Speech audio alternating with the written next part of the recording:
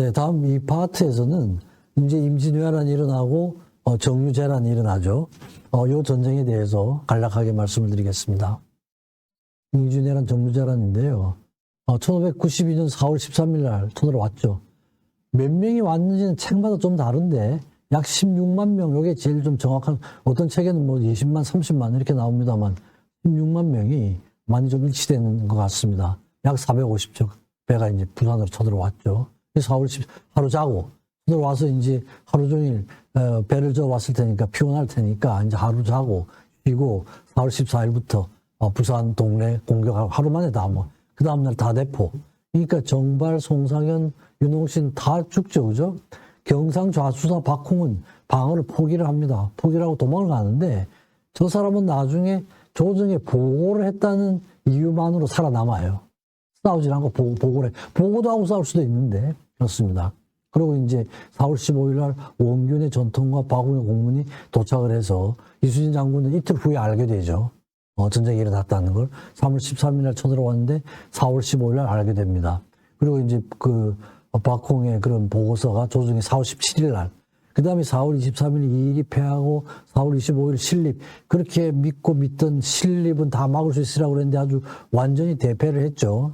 대패를 하고 전사하고 그러고 이제 신립이 패전했다는 소식을 듣고는 파천, 그러니까 한양을 도망갈 계획을 세웁니다. 그래가지고 4월 30일 날 이른 새벽에 파천을 떠나죠. 그죠? 떠나가지고 개성 통해가지고 평양에 도착을 하죠. 그리고 왜군은 5월 3일 날 무혈 입성이죠. 한양에. 그러니까 4월 13일 날 쳐들어와서 5월 3일이니까 20일 만에 그냥 올라온 거죠. 그냥 올라온 거죠. 그죠? 그냥 행군해서 올라오서 전혀 뭐 저기 중간에 어떤 뭐 저항이 없었다고 봐야죠. 그죠? 하루에 30km, 35km니까 이게 엄청 그냥 올라온 거죠. 그죠? 이게 이제 이순신 장군이 그 해전을 한 전체를 그냥 이렇게 표시를 해둔 건데 저 빨갛게 되어 있는 게 전부 이제 이순신 장군이 해서 이겼던 23전 23승을 다 표시하고 있는 겁니다. 그래서 이제 그 당시에 수군을 보면은 원균이 그 당시에 경상 우수사로 부임을 한 지 2개월이 됐는데 그때 휘하에 병사들이 한 10,000명 정도가 있었고 배가 뭐 판옥선에 한 5, 60척 있었습니다. 근데 왜군의 배를 보니까 까맣게 오잖아요. 450척이 되니까. 그러니까 아예 싸울 생각도 안 하고 배를 다 그냥 수장시켜버리고 병사도 다 그냥 해산시켜버렸어요. 사실 저것만 해도 그냥 사형감이죠. 자기는 이제 조그마한 배를 타고 도망을 가는 거예요. 그런 짓을 했습니다. 경상우수사가. 경상우수사만 제대로 막았어도 그렇게 되진 않죠. 그죠? 그럼 전라좌수사의 2배가 되는 그런 부하들 데리고 있었는데 그걸 못하고 다 그런 거죠. 그래서 이제 4월 27일 날 그때 경상도 해역으로 출전. 그러니까 자기 지역으로 옮기려고 그러면은 왕의 명령이 떨어져야 돼요. 4월 13일 날 쳐들어왔는데 2주 후 4월 27일 날 경상도 지역으로 출전해도 좋다는 승인이 떨어집니다. 그래서 4월 30일 날 완료하고 그 다음에 이제 전라우도와 같이 출전을 하려고 그랬는데 기다리면서 날짜가 좀 지나갑니다. 그 당시에 이제 가지고 있던 배는 판옥선 24척이었습니다. 그래가지고 5월 4일 날 출전을 합니다. 그러니까 그 출전을 했을 때는 이미 왜군이 한성에 입성한 후였죠. 그 다음날 5월 4일 날 출전을 합니다. 근데 아마 첫 출전을 굉장히 망설였던 것 같아요. 4월 27일 날 가도 좋다는 명령이 떨어졌는데 우도를 기다리지만 이순신 장군이 굉장히 좀 머뭇거렸습니다. 왜냐하면 도대체 어떤 상태인지 모르죠. 왜군이 어떤 군인지를 전혀 정보가 없이 알 수 없으니까 정말 머뭇거리고 하지 못하는데 이제 정훈이라는 그 참모가 있었죠. 그죠? 참모가 머무르니까 이제도 놓치면은 앞으로 아마 크게 후회할 날이 올 것이다. 최후 통첩 같은 걸 냅니다. 부하가.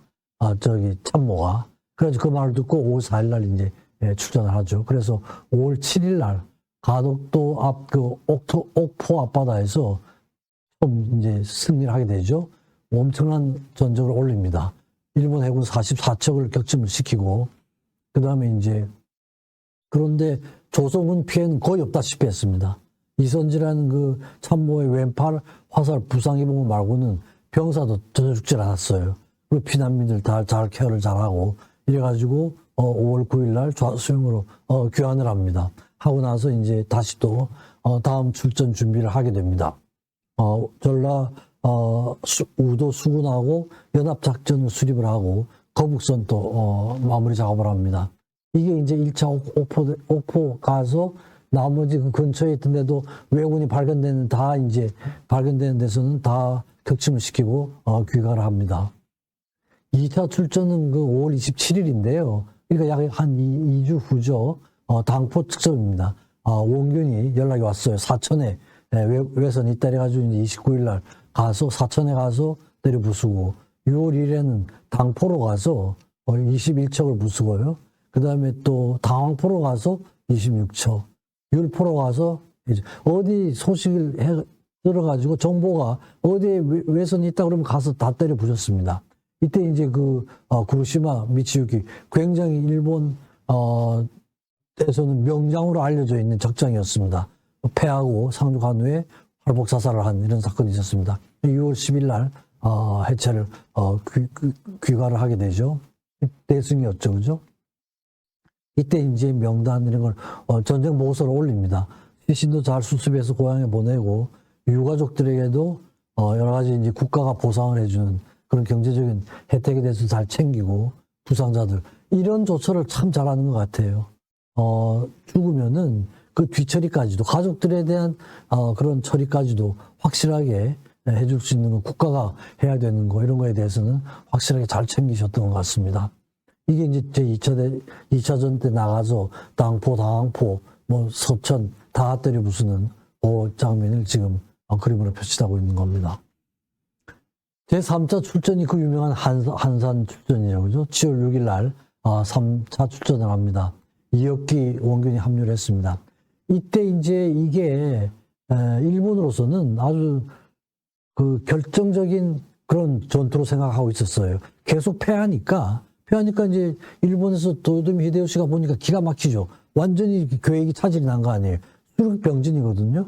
육군대로 막 올라가고 있는데 그 보급로를 해상을 통해서 보급을 해야 되는데 그게 완전히 차단이 된 거예요. 그러니까 이게 계속 차단이 되면 육전도 제대로 할 수가 없는 거죠. 그죠? 보급로가 차단이 되니까. 그렇다고 육로로 보급하기에는 너무 부담스러운 거예요. 그러니까 반드시 남쪽, 서쪽을 통해서 그 육군하고 이제 합쳐서 이거 해야 되는데 딱 이순신 장군에 의해서 남쪽 바다가 막혀버렸으니까 여기에 이제, 그걸 겁니다. 그래가지고 이제 일본 군들한테 총동원령을 내려요. 그래가지고 총동원령을 내려서 와카사키하고 나머지 장수들 다 합쳐가지고 그 이순신 장군을 격파하라 이런 명령이 떨어집니다. 근데 이제 와카사키가 그 당시에 그 육전에서 굉장한 공을 이뤘거든요. 그러니까 이제 육군을 해보니까 아무것도 없으니까 뭐 대적할 만한 그런 군인이 없는 거예요, 조선군에는. 이거 얕잡아보고 합류를 안 하고 자기가 독자적으로 출전을 하게 됩니다. 자기 혼자서 이순신 장군을 때려 부수겠다. 이래가지고 이제 사적인 욕심이 많이 들어갔던 거죠. 그래가지고 가는데 뭐 이순신 장군한테 대패를 하게 되죠. 그 한산도죠, 그죠? 유인 작전을 해가지고 그 견내량은 아주 좁거든요. 근데 거기서 싸우면은 조선 배가 크니까 좁은 데서는 싸움하면 굉장히 불리한 거예요. 그래서 이제 노대척으로 해서 유인을 해가지고 한산도 앞바다로 나와가지고 하객진이죠, 그죠? 나오니까 하객진, 하객 날개처럼 생긴 게 삥 둘러싸가지고 가운데다 몰아놓고는 그냥 포를 쏘아대는 거죠. 그러니까 전체가 73척이었는데 59척이 패했습니다. 저 14척도 도망을 간 게 아니에요. 저 와카사키가 계속 이제 빠른 속도로 오니까 자기들 그 함선 내에서 거리가 길어진 거죠. 굉장히 길어진 거예요. 뒤에 남아있던 배들은 앞에 다 뭐 부서지는 걸 보고는 안 온 거죠. 그게 14척이었습니다. 그러고는 이제 간신히 도망을 가가지고 부산으로 가게 되죠. 8,000명이 사망을 하고, 완전히 대첩이죠. 그죠? 한산 대첩. 이건 뭐 해전사, 임진왜란에서도 굉장한 대첩이고, 뭐 해군 역사상 굉장한, 그런 해전으로 알려져 있는 거죠. 그래가지고 가서 한산 안골 대첩입니다.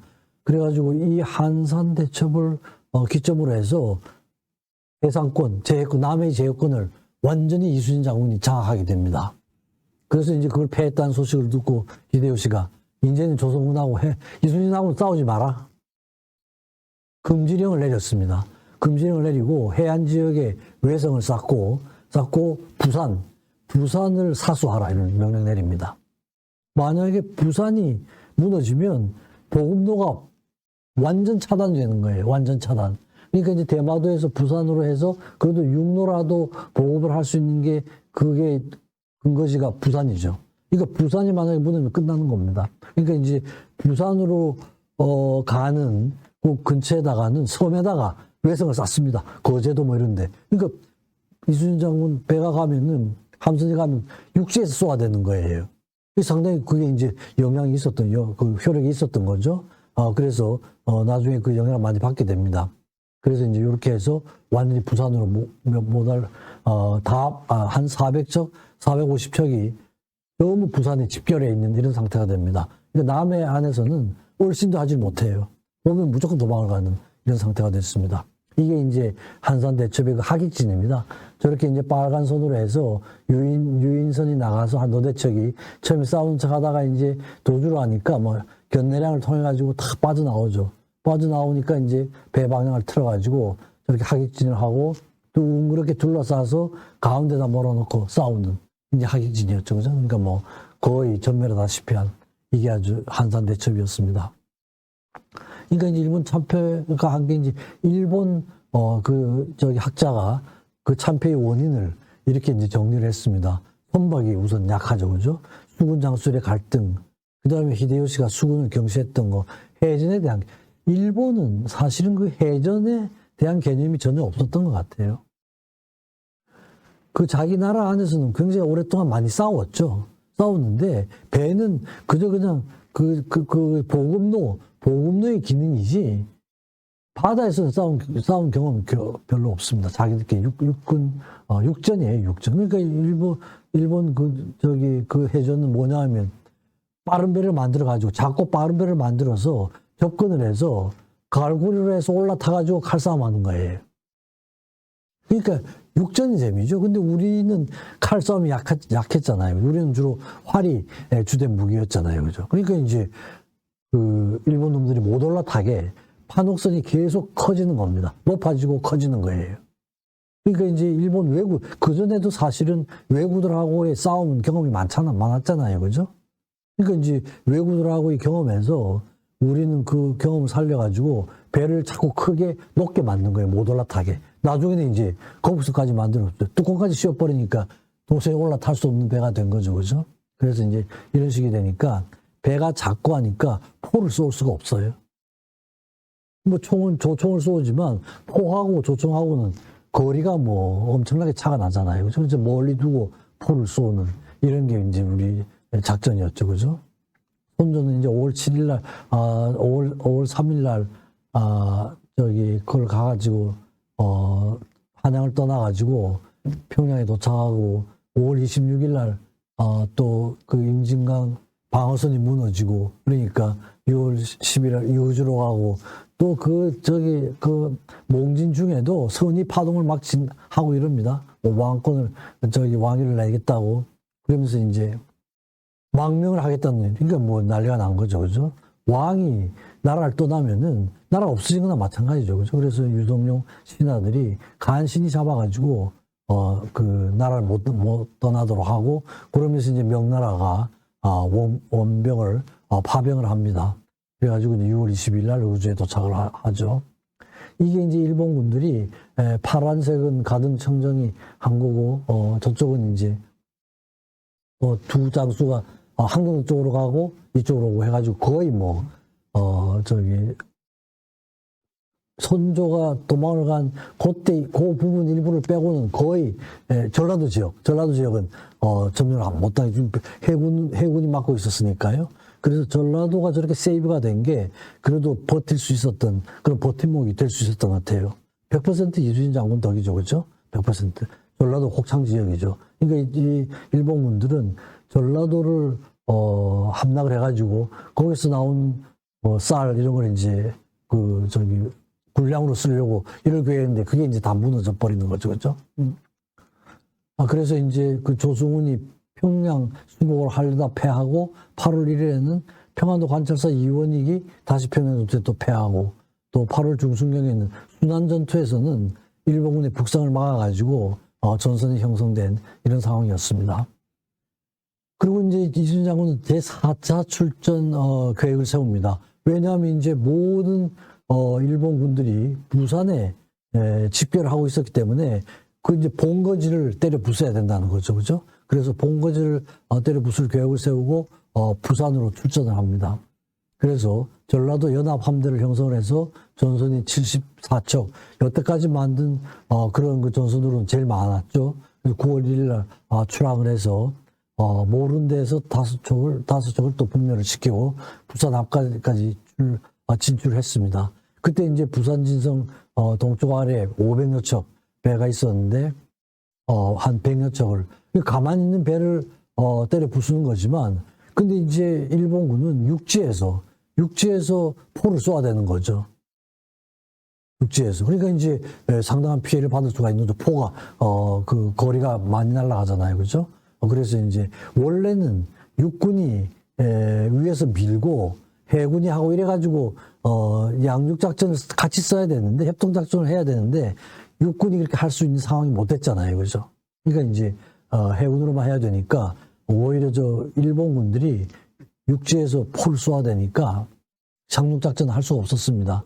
그래가지고 다시 왔고 그 다음날 다시 한 번 더 공격을 이틀 동안 공격을 합니다. 그래가지고 130여 척. 그러니까 전체 한 450척 중에 230척 한 거의 절반 정도를 때려 부수는 그런 그 효과를 올립니다. 이때 이제 자기가 아주 오른팔처럼 여기던 정운 그 참모가 전사를 하고 그래도 전체 전사단 한 5명 정도 부상자가 25명 정도 그러니까 이쪽 피해는 뭐 거의 없이 230척을 수장시키는 그런 전과를 올립니다. 그래서 나중에 이순신 장군의 기록이 무릇 4차례 출전을 하고 10회 정도 전투를 벌여 모두 승리를 하였지만 상을 하고 장수들과 병사들의 공로를 원한다면 아마 이번 부산해전만큼 뛰어난 전공은 없다고 할 것이다. 그래서 이순신 장군 자신의 평가는 4차 출전 중에 가장 뛰어난 그런 그 전과가 부산해전이었다. 이렇게 기록을 남기고 있습니다. 이게 이제 정운 장군이 하니까 아주 원통하게 여기고 아껴서 이런 비를 하나 세우도록 선조한테 상소를 올리고 허락을 받아가지고 이걸 하나 세웁니다. 정운 순국비 같은 거죠, 그죠? 정운 장수의 순국비입니다. 이건 바로 부산까지 갔죠, 그죠? 출발해가지고 부산까지 갔습니다. 부산까지 가서 때려 부수고 다시 되돌아온 이런 겁니다. 그래서 그 당시에 정말 육군이 웬만큼만 힘을 썼으면은 완전히 다 그냥 처리할 수 있는 이런 상황이었는데 그게 되질 못했습니다. 이때 그 임진왜란의 그 전황을 보면 93년 5월에 이제 1월에 조정 명령이 있습니다. 이건 일본군이 부산에만 가 있다 이러니까 귀로를 차단하고 전멸시키라고 그럽니다. 근데 이제 가서 2차례 했지만 더 이상 가는 건 상당한 무리였어요. 이쪽에서도 상당한 피해를 감수해야 되고 그러니까 이순신 장군 생각으로는 견내량, 그 아주 좁은 목이죠. 견내량만 딱 지키면은 절대로 수군이 갈 수가 없을 것이다. 그러니까 적은 병사로도 아무리 저쪽에서 배가 몇백 대가 있더라도 그쪽을 거쳐올 수 있는 건 얼마 안 되니까요. 그래가지고 1593년 가을 이후에는 한산도를 본용으로 삼았습니다. 한산도는 상당히 어떻게 보면 위험한 지역이기도 하죠. 저쪽 본진하고 굉장히 가까운 데였거든요. 가까운 데였는데 잘못하면 이게 둘러싸여서 공격을 당할 수도 있는 그런 거였는데 전략상 견내량을 지키기 위해서 위험한 지역이긴 하지만 거기에서 이제 본용으로 삼았습니다. 그리고 1593년 8월에 삼도 수군 통제사가 신설이 됩니다. 그래가지고는 이제 소강 상태에 들어가게 되죠. 그러니까 이제 일본군으로서도 이런 거 해상의 보급로가 완전히 차단되어 있으니까 육군에서도 전쟁을 그렇게 활발하게 할 수가 없습니다. 오히려 오히려 후퇴를 해야 되는 이런 상황이 되죠. 그러니까 이제 딱 이순신 장군은 그것만 지키고 있는 겁니다. 그러니까 전쟁으로 봐서는 전체가 다 아주 소강 상태에 들어가는 이런 겁니다. 그래서 이제 병사를 훈련을 시키고 이러는데 막 전염병이 또 발생하고 이래가지고 많은 숫자가 좋습니다. 처음에 2만 1,000명이었던 게 나중에 그 전염병 후에 결과로는 4,000명까지 줄어드는 이런 일을 겪게 됩니다. 그러면서 이제 병사들 확보도 해야 되고 또 군량 확보도 해야 되고 그러면서 이제 한산도에 그대로 머물렀습니다. 근데 이제 일본군하고 명나라는 강화 협정에 들어갑니다. 완전히 조선은 배제된 상태에서 자기들끼리 강화 협정을 하게 됩니다. 그러면서 실제로 강화 맺기로 하고 명나라군은 철수과 처수를 시작을 하죠. 소수의 군사 고문과 훈련 담당 인원만 남겨놓고는 철수를 하게 됩니다. 그리고 조선은 하삼도, 경상, 전라, 충청도는 광해군에게 맡겨가지고 광해군이 다스리도록 하는 이런 조처를 취합니다. 그래서 그 무군사를 꾸리고 전력 증강을 시도를 하는 이런 상태입니다. 그래서 전체적으로는 소강 상태고 뭐 협상을 한다고 이러면서 조선은 완전히 배제가 돼 있고 이런 상태가 계속이 됩니다. 이때 이제 그 조선 시대 수군 장수인데 수군 절도사가 있고 그 밑에 이제 종사관이 있고 수군 절도사가 있고 또 이렇게 첨사들 이런 식으로 해서 이게 이제 수군의 그런 그 계급 체계입니다. 그래가지고 이제 몇 년 동안 그런 소강 상태로 가다가 1997년 이르러가지고 반강계 사건이 일어나죠. 이중 첩자가 있어가지고 이제 정보를 줍니다. 갓도가 일본에서 조선으로 온다. 이런 정확한 시간을 제보를 합니다. 그러니까 이제 나가서 치면은 사로잡을 수 있을 것이다 이러는데 이런 정보가 들어갑니다. 그리고 선조가 명령을 내리죠. 이게 이제 진짜인 줄 알고. 근데 이순신 장군은 알죠.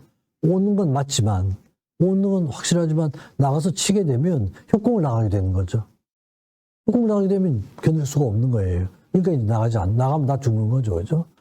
근데 실제로 그 시간에 갓도가 도착을 했거든요. 하니까 정확한 정보는 정보였죠. 그러니까 이제 선조가 화를 내고 안 나갔었다는 걸 알고는 이제 체포령을 내리고 하옥이 되죠. 거의 죽기 직전까지 갔는데 이제 여러 신하들이 상소도 올리고 특히 이제 정탁의 신구차 구원하기 위한 호송을 올리는데 이걸 받아들여 가지고 추록을 하게 됩니다.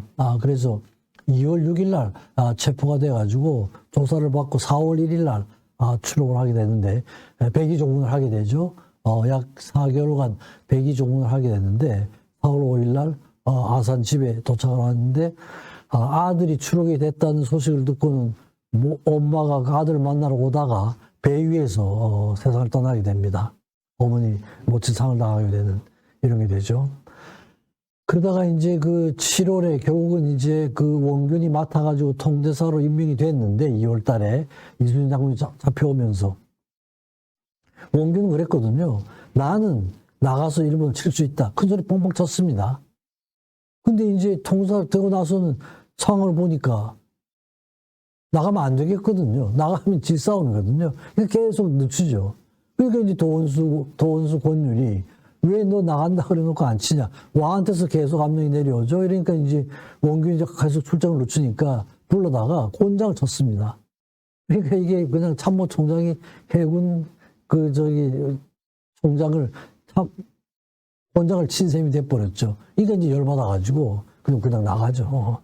뻔히 자기도 질 줄 알고 나가죠. 나가가지고 완전히 칠천량 해전 거기에서 거의 전멸당하는 이런 패를 하게 되죠. 그래서 그 난전 중에 경상우수사 배설이 이 싸움 질 거라는 걸 알고 미리 이제 배를 12척을 빼놓습니다. 그다음에 나머지 160척이 다 그죠? 나중에 이제 배설도 결국은 이렇게 도망을 한 걸로 군법회의에 그 회부가 되긴 하는데 어쨌든 나중에 이 배로 이제 다시 재건을 할 수 있는 그런 계기가 되죠. 그래서 이제 일본이 완전히 남의 제해권을 장악을 하게 되니까 그다음 이제 쳐들어오죠. 아마 저게 없었으면은 정유재란이 안 일어나는 거죠. 근데 이제 7천량 해전으로 제해권을 완전히 장악하게 되니까 다시 쳐들어오고 그게 정유재란입니다. 그게 정유재란이에요. 왜냐하면 수륙병진이 가능하게 됐죠. 그죠? 그래서 이제 7천량 해전, 빨갛게 표시되어 있는 게 7천량 해전에서 조선수군이 전멸한 그 현장입니다. 지금 이렇게 이제 평화로운 바다처럼 되어 있지만, 그 당시에는 완전히, 피바다가 됐던 그 바다입니다. 격전지가, 요즘 모습입니다. 그래가지고 이제 백의종군을 하고 있는데, 이 청천벽력 같은 소식을 듣습니다.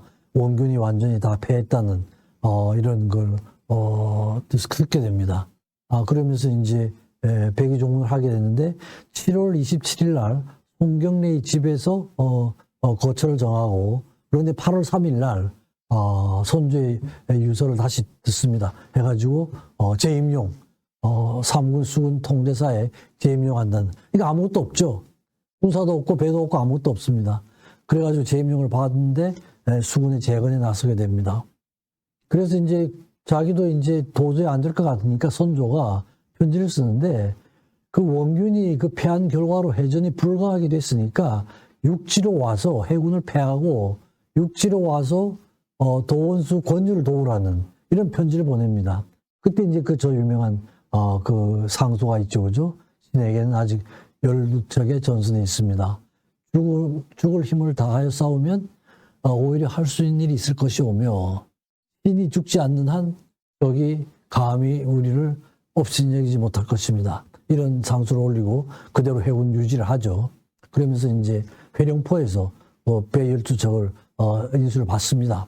그래가지고 너무 협소하니까 근처 진을 옮깁니다. 그러면서 진을 계속 올리면서 어디서 왜군을 맞을 것인가 이런 걸 이제 계속 벽파진으로 옮겼다가 우수용으로 진을 옮겼다가 나중에 결국은 울돌목이죠. 명량에서 하는 수밖에 없다 이래가지고 명량에서 일본군을 맞을 그런 계획을 세우고 진을 계속 옮겼습니다.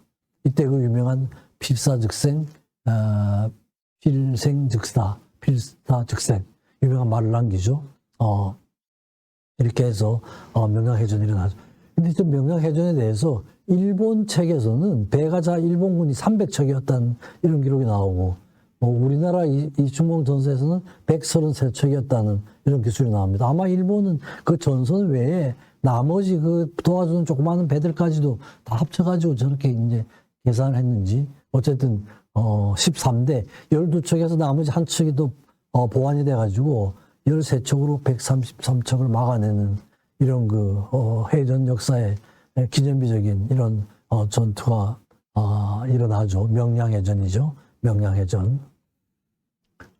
그래서 이제 이게 백의종군을 할 때 이순신 장군의 그 길이고 이게 이제 그 소식을 듣고 나서 그 다음에 이렇게 쭉 육로로 오면서 해군을 어떻게 다시 재건을 할 것인가. 병사도 모으고 군량도 좀 마련을 하면서 이 길을 따라가지고 이게 굉장히 위험하죠. 바로 뒤에 일군들이 계속 쫓아오고 있는 겁니다. 육군들이. 바로 얼마 뒤에서 계속 이순신 장군을 쫓아오고 있는 이런 상황이었어요. 그렇게 위험한 상황을 거치면서 군량 병사들을 모으고 다시 이제 수습길에 나서는 그 수습길입니다. 그래가지고는 정말 기적 같은 일이 일어났죠, 그죠? 근데 실제로 저 기록을 보면 정말 위험한 상황이었어요. 그 울돌목의 그 바다의 그 상태를 일본군들이 잘 알고 있었습니다.